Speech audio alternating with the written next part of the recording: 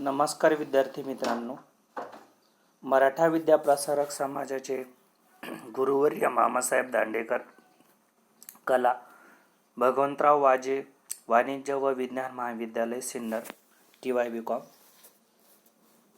व्यवसाय प्रशासन, पेपर क्रमांक 3, वित्त व्यवस्था, लेक्चर क्रमांक 2, वित्त पुरवठा हे एक शास्त्र तसेच कला देखील आहे. वित्त व्यवस्था प्रत्येक व्यवसायाचा आत्मा आहे. व्यवसाय सुरू करणे आणि तो पुढे चालू ठेवणे यासाठी वित्त आवश्यक असते. व्यवसायाच्या उपक्रमांमध्ये निधींचं आदान प्रदान सातत्याने सुरू असणं आवश्यक आहे. आर्थिक गुंतवणूक किंवा व्यवसाय आणि वित्त पुरवठा यांच्यामध्ये अतूट असं नातं असतं. वित्त पुरवठ्यामुळे व्यवसायाची स्थापना होते, त्यांच्या निर्मितीला चालना मिळते. ही संकल्पना विस्तृत अशी आहे. यामध्ये सर्व कार्यांचा समावेश होतो. कुठलाही व्यवसाय सुरू करायचा म्हटला की प्राथमिक व्यवसाय सुरू करण्यापासून तर व्यवसाय बंद करण्यापर्यंत प्रत्येक स्टेपमध्ये वित्ताची आवश्यकता असते. यामध्ये प्रश्न निर्माण होतो, सुरुवातीला आपण पैसा व पैशाची कार्य या ठिकाणी बघितली. मग वित्त म्हणजे नेमकं काय? वित्त म्हणजेच पैसा आणि पैसा म्हणजे वित्त असा जरी अर्थ लावला तरी अयोग्य ठरणार नाही. परंतु वित्त ही संकल्पना विस्तृत आहे. वित्त ह्या अर्थाने की व्यवसाय सुरू करण्यासाठी पैसा उपलब्ध करण्याचे जे विभिन्न प्रकारची साधनं आहे, यामध्ये कर्ज काढणे असेल, शेअर्स विकत घेणे असेल, त्याचबरोबर विभिन्न प्रकारच्या माध्यमातून पैसा उपलब्ध करणं असेल, या सर्वांना आपण एकत्रित वित्त असे म्हणतो. वित्त जे आहे याची व्यवसायामध्ये आदानप्रदान देखील केलं जातं. म्हणून व्यवसायाच्या दैनंदिन जीवनामध्ये वित्ताला अतिशय महत्त्व या ठिकाणी प्राप्त झालेलं आहे. वित्ताची व्याख्या, पहिली व्याख्या हार्वर्ड आणि अपटॉन.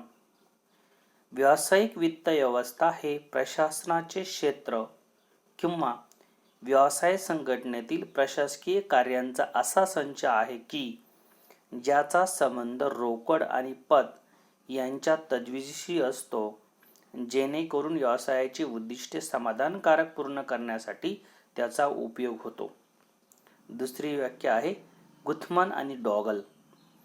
व्यवसायात उपयोगात येणाऱ्या सर्व प्रकारच्या निधींचं नियोजन, उभारणी आणि प्रशासन करणे म्हणजे व्यावसायिक वित्त होय. म्हणजे व्यावसायिक वित्त व्यवस्था जी आहे हे प्रशासनाचं एक कार्य किंवा क्षेत्र आहे.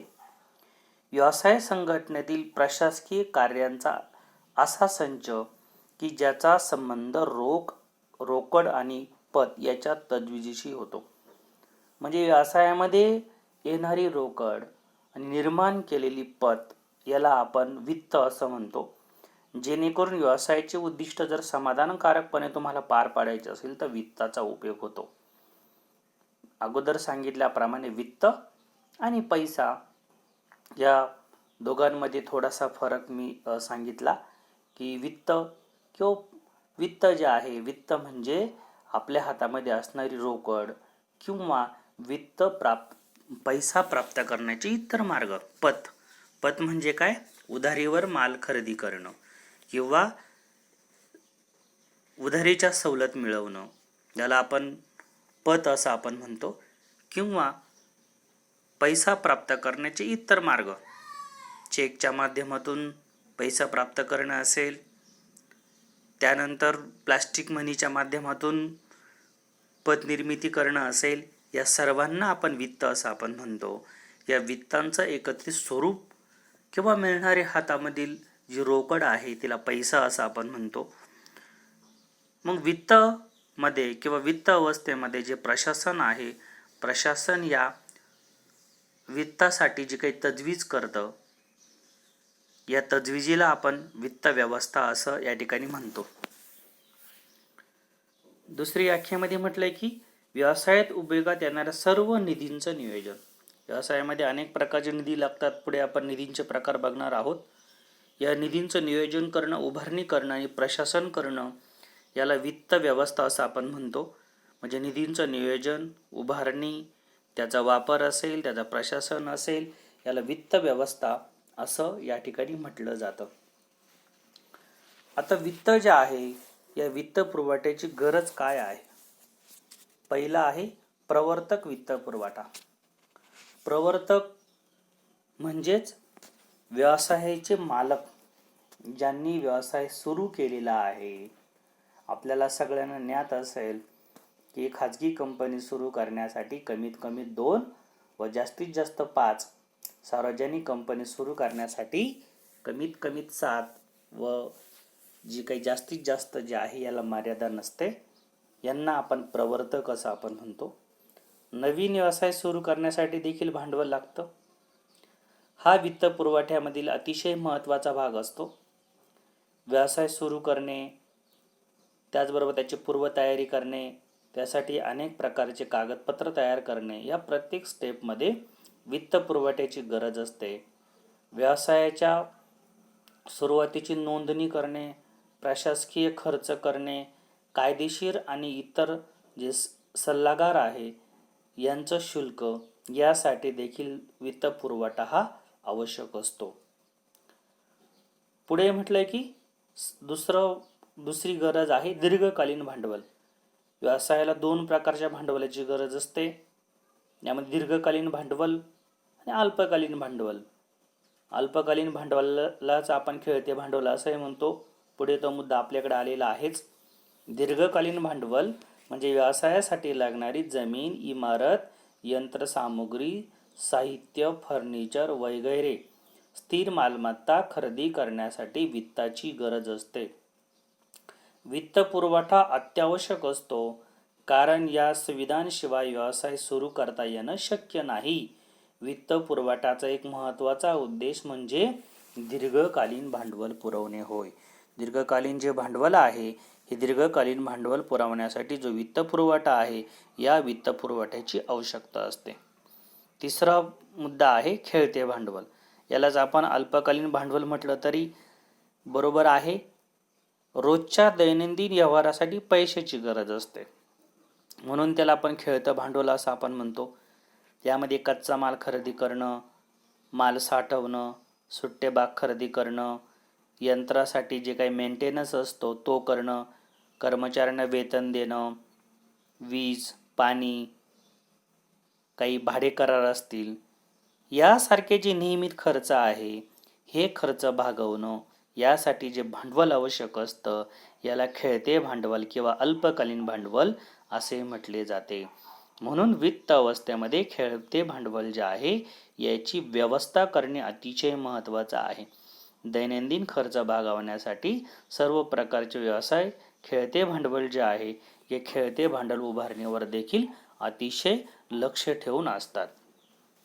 चौथी गरज आहे विकास वित्त पुरवठा. व्यावसायिक वित्त व्यवस्थेमध्ये विकास कार्यासाठी निधींचे नियोजनही महत्त्वाचे असते. व्यवसायाच्या विस्तारासाठी, आधुनिकीकरणासाठी आणि व्यवहार्यता निश्चितीसाठी विकास वित्ताची गरज असते. आता विकास वित्त म्हणजे नेमकं काय, की तुमच्या व्यवसायाचा विस्तार करणं, आधुनिकीकरण करणं. म्हणजे काय करणं, नवीन नवीन टेक्निक्स आणणं, किंवा व्यवसायामध्ये काही मालमत्ता या ठिकाणी जर खराब झाली असेल, तिचं पुनर्निर्मिती करणं, व्यवहार्यता, यामध्ये तुमचा जो व्यवसाय आहे हा बाजारपेठेमध्ये टिकून राहावा, यासाठी तुमची जी काही प्रॉफिटेबिलिटी किंवा नफा क्षमता, लाभ क्षमता टिकून ठेवणं, यासाठी वित्ताची गरज असते. व्यवसाय काही वर्ष उत्तम चालू राहिला तर त्याचा विकास करणं महत्त्वाचं आहे. नवीन कारखाना, यंत्रसामुग्री उभारणे, नवीन उत्पादने हातात घेणे, यासाठी तुम्हाला विकास वित्त याची आवश्यकता असते. 5वी गरज आहे इतर वित्त पुरवठा. आता इतर वित्त पुरवठ्यामध्ये वरील 4 घटकांमध्ये जो पैसा आलेला नाही किंवा जे घटक आलेले नाही ते यामध्ये येतात. यामध्ये मग कर भरणं असेल, भांडवलावरील व्याज व लाभांश देणं असेल, काही वर्षाच्या सतत वापरानंतर यंत्रसामुग्री बदलण्यासाठी आणि इतर तातडीच्या कारणांसाठी वित्तपुरवठा असेल. व्याज व लाभांश यामधील फरक माहिती असेल की जे काही कर्ज आपण घेतो त्यावरचा जो मोबदला आपण दुसऱ्या पक्षाला देतो त्याला व्याज असे म्हणतात.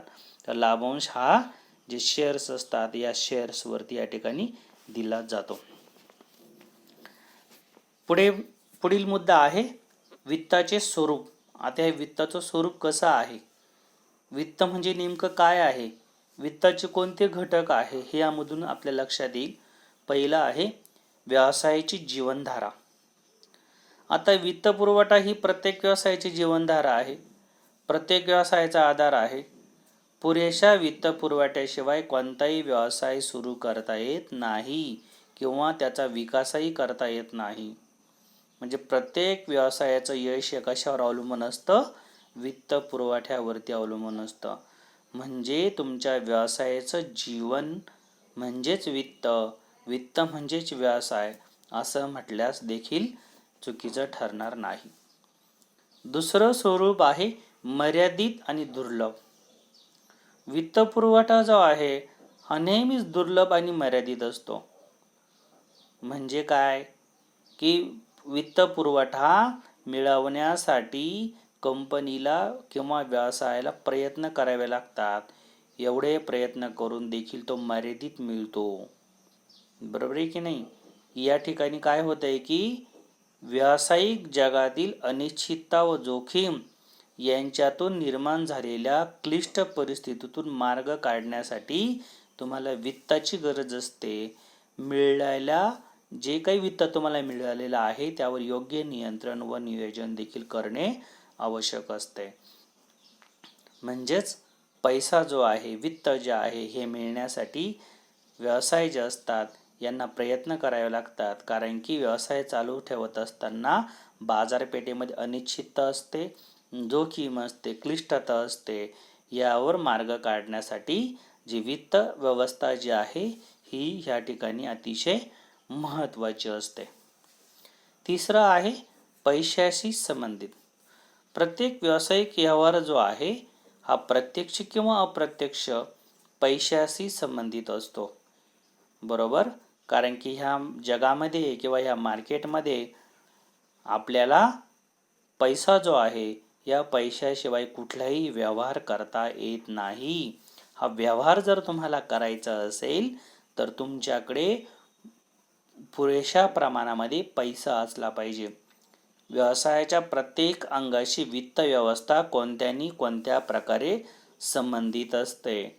म्हणून आपल्याला प्रत्येक जो व्यक्ती आहे, प्रत्येक जो व्यवसाय आहे हा पैसा मिळवण्यासाठी प्रयत्न करत असतो, जीवनाबरोबर झगडत असतो.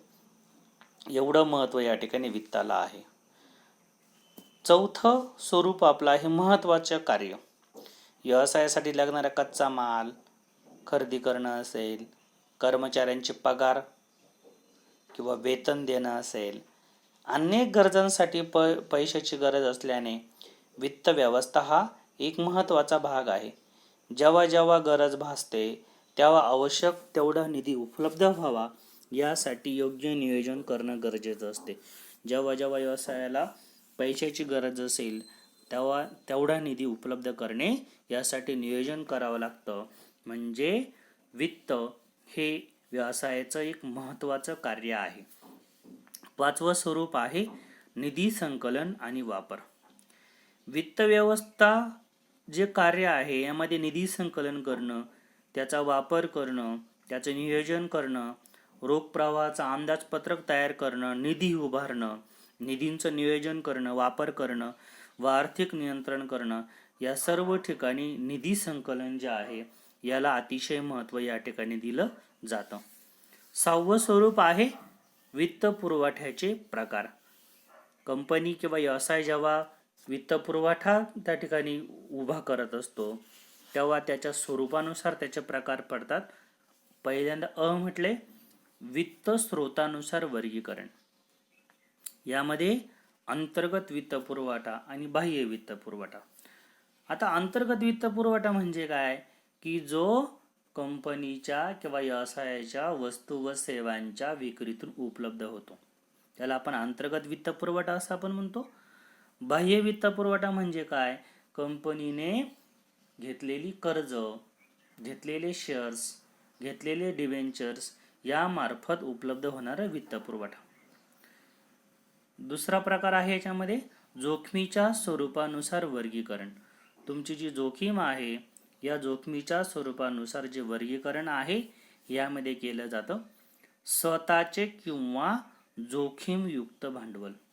स्वतःचं भांडवल किती आहे, जोखीमयुक्त भांडवल किती आहे, म्हणजे यामध्ये जे प्रवर्तक असतात हे प्रवर्तक स्वतःच्या खाजगी खर्चातून जे भांडवल उभारतात त्याला आपण स्वतःचं भांडवल असं आपण म्हणतो. स्वतःचं भांडवल व्यवसायामध्ये गुंतवल्यानंतर जोखीम निर्माण होते म्हणून त्याला जोखीमयुक्त भांडवलही म्हणतात. कर्जावर घेतलेलं भांडवल, कर्जावर घेतलेल्या भांडवलामध्ये मग बाह्य वित्त पुरवठ्यामध्ये सांगितल्याप्रमाणेच जे काही बाह्य घटक आहे यामध्ये बँका, वित्त संस्था यांच्याकडून घेतलेलं कर्ज. तिसरा प्रकार आहे मुदतीनुसार वर्गीकरण.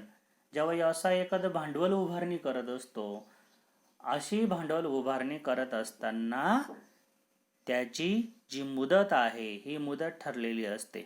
यामध्ये अल्पकालीन भांडवल उभारणी जी एका दिवसापासून तर एका महिन्यापर्यंत असू शकते. त्यानंतर मध्यमकालीन भांडवल उभारणी, यामध्ये मध्यमकालीन भांडवल उभारणी जी आहे ही एका वर्षापर्यंत असू शकते किंवा दीर्घकालीन भांडवल उभारणी ही एका वर्षापेक्षा जास्त काळाची असू शकते. आता मुदत जी आहे ही प्रत्येक प्रकारच्या वित्त संस्था, व्यवसाय संस्था यानुसार वेगवेगळ्या प्रकारची असू शकते. मी तुम्हाला जनरल सांगितली. यामध्ये अत्यल्प सुद्धा आहे की एका दिवसासाठी जे भांडवल उभारणी त्याला अत्यल्प, एका वर्षापर्यंत जे भांडवल उभारणी त्याला अल्पकालीन, 1 ते 5 वर्ष मध्यकालीन आणि 7 वर्षापेक्षा जास्त दीर्घकालीन अशा देखील मुदती असू शकतात.